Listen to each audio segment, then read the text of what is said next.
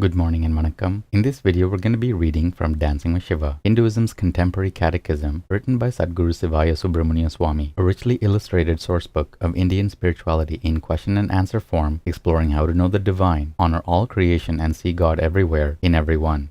Today's lesson is lesson 6, and we'll begin by reading the caption to the facing image. Adorned in the saffron-hued robes of the renunciate, Adi Shankara is surrounded by the 5 primary gods, ardently worshipped by 1 billion devotees in Hinduism's 4 primary modern-day denominations: Shiva, Shakti, Vishnu, Ganesha, and Murugan. Lesson 6. What are Hinduism's principal sects? Shloka 6. The Sanatana Dharma, or eternal faith, known today as Hinduism, is a family of religions that accept the authority of the Vedas. Its 4 principal denominations are Saivism, Shaktism, Vaishnavism, and Smartism. Om. Bhashya. The world's billion Hindus, 1/6 of the human family, are organized in 4 main denominations, each distinguished by its supreme deity. For Vaishnavites, Lord Vishnu is God. For Shaivites, God is Shiva. For Shaktas, Goddess Shakti is supreme. For Smartas, liberal Hindus, the choice of deity is left to the devotee. Each has a multitude of guru lineages, religious leaders, priesthoods, sacred literature, monastic communities, schools, pilgrimage centers, and tens of thousands of temples. They possess a wealth of art and architecture, philosophy and scholarship. These 4 sects hold such divergent beliefs that each is a complete and independent religion. Yet they share a vast heritage of culture and belief: karma, dharma, reincarnation, all-pervasive divinity, temple worship, sacraments, manifold deities, the Guru-Shishya tradition, and the Vedas as scriptural authority. While India is home to most Hindus, large communities flourish worldwide. The Vedas elaborate: He is Brahma, He is Shiva, He is Indra, He is the immutable, the supreme, the self-luminous, He is Vishnu, He is life, He is time, He is the fire, and He is the moon. Om Namah Shivaya.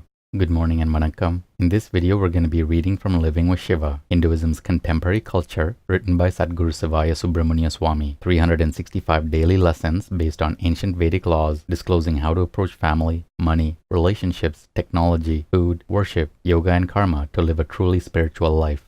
Today's lesson is lesson 161, and the topic is not growing up together. One suggestion is for marriageable youth to give up those summer vacations and study around the year to get through school and into a profession so they can wed and establish a family while they are still young, rather than delaying the completion of education and the time of marriage. Can you tell this to the young people of today? No.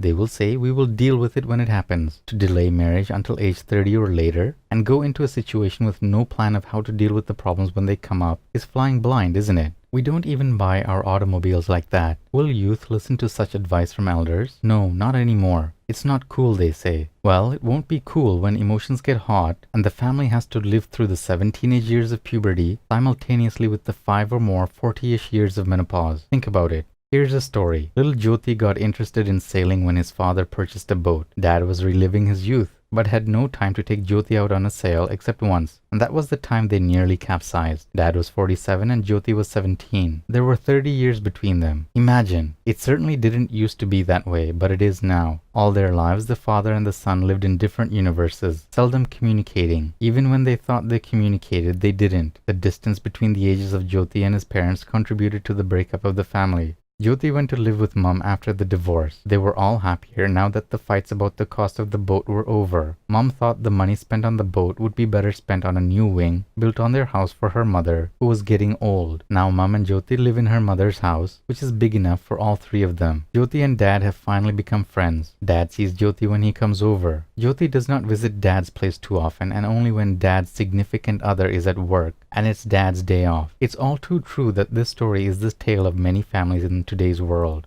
Another story. Rani's mum was married at 17 to a boy who was 20. They were both virgins and grew together as they discovered each other physically, emotionally, intellectually, and spiritually. Then came little Rani, then Kumar, and then Krishna. Mom, Dad, and the kids were all children together, and they are still together. Mom stays home. She has never held a job. Dad makes enough for the whole family. They live simply. Mom is always there for her family, laughing and smiling. She is rarely tired and never stressed out. Dad has mutual interest projects going on in the attic. the basement, and the garage for the two boys. Mom is teaching her daughter how to sew, cook, sing, and serve. Mom, Dad, Rani, and the boys enjoy each other because they're not so far apart in age. Are those days gone? Are there going to be no more happy times when the entire family enjoys each other without too much distance between their age and interests? Dad doesn't have to worry about giving quality time to his family. He's there with them, there for them, and so is Mom. They have no marriage counseling bills to pay. No problems, really. The moral to these stories is simple. There is a wisdom in the old ways of marrying early, which is exactly what happened in tribes and cultures for thousands of years prior to World Wars I and II. That is the natural way, the way that avoids frustration and promiscuity, marriage failure, and unhappy families.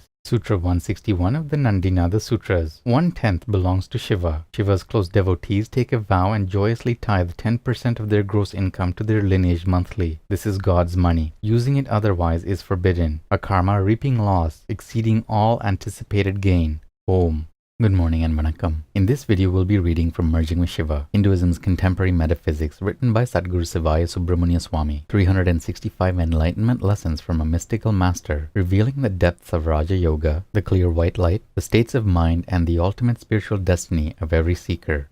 Today's lesson is lesson 161 and the topic is Panchakshara is perfection. Om Namah Shivaya is such a precious mantra because it is the closest sound that one can make to emulate the sounds rushing out of the self into the mind. Chanting it is profound because it is a sound channel which you can follow to get close to the self of yourself. Sort of like following a river upstream to yourself. Om Namah Shivaya can be equated with Shiva's drum of creation called Damaru. When Om Namah Shivaya is repeated, we go through the chakras Na, Ma, Shivaya, Om. The Om is in the head chakra. Within Namah Shivaya is each of the elements, earth, water, fire, air, and ether, which in the mind are transmuted into all-pervasive consciousness, and that is also transmuted into the great chakra way above the head at the end of the Om. In just the breath, the space of time between the next repetition of Om Namah Shivaya, Om Namah Shivaya, Om Namah Shivaya, the pranas, having reached Parashiva, fall back into the spiritual, mental, astral, and physical worlds, blessing them all with new energy, new life, and new understanding. Namah Shivaya Om, Namah Shivaya Om, Namah Shivaya Om, Namah Shivaya Om is the constant process of life. It is the essence of life itself. We must realize that at any given moment, we are a complete Parashiva Satchidananda Jiva, only working on the Maheshwara part, on the Jiva's becoming Shiva. Parashiva is there, Satchidananda is there. The maturity of the Purusha, of the Jiva, the embodied soul, is not. Therefore, Om Namah Shivaya takes us into the reality above and beyond the relatively real. To know it is to experience it, and to experience it is to become initiated. I have been performing Om Namah Shivaya for over 50 years. At first it had no meaning other than wonderful. At last I got my mantra and an assignment from my guru to perform japa regularly. As the japa progressed, all the inner worlds opened, all the doors of the mind, all the spiritual forces were unleashed, and the ability to control them came naturally. You see, Namah Shivaya Om brings the totality of the individual to the forefront and makes it manifest in daily life. This most pragmatic mantra is found at the center of the Vedas, in the hymn known as Sri Rudram, and Shiva is at the center of Namah Shivaya Om. As the center of the Vedas, it blends Vedanta with Siddhanta, fusing them together with the fire of realization. So I and all Shaiva Siddhantists are a fusion of Vedanta and Siddhanta, with all doors open of understanding of the 14 windows, the chakras of the mind, and even more than that. My Sadguru Shiva Yoga Swami placed great emphasis on japa, repeating the name of Shiva with concentration and feeling. This great Nada Jnani explained, may we not forget that mantra is life, that mantra is action, that mantra is love, and that the repetition of mantra, japa, bursts forth wisdom from within. Japa yoga is the first yoga to be performed toward the goal of jnana. In the temple, perform japa. Under the sacred tree, perform japa. I perform japa all of this life as a silent sadhana, and it is automatic now. Shiva Yoga Swami enjoined his devotees, wear Rudraksha beads, repeat the Panchakshara, let your heart grow soft and melt. Chant the letters 5, and in love you will discover Shiva's will. Chant so that impurities, anxieties, and doubts are destroyed. All hail Namah Shivaya. And that's it for today's lesson. Take care of yourselves, have a beautiful day, and we'll see you in the next video. Om Namah Shivaya.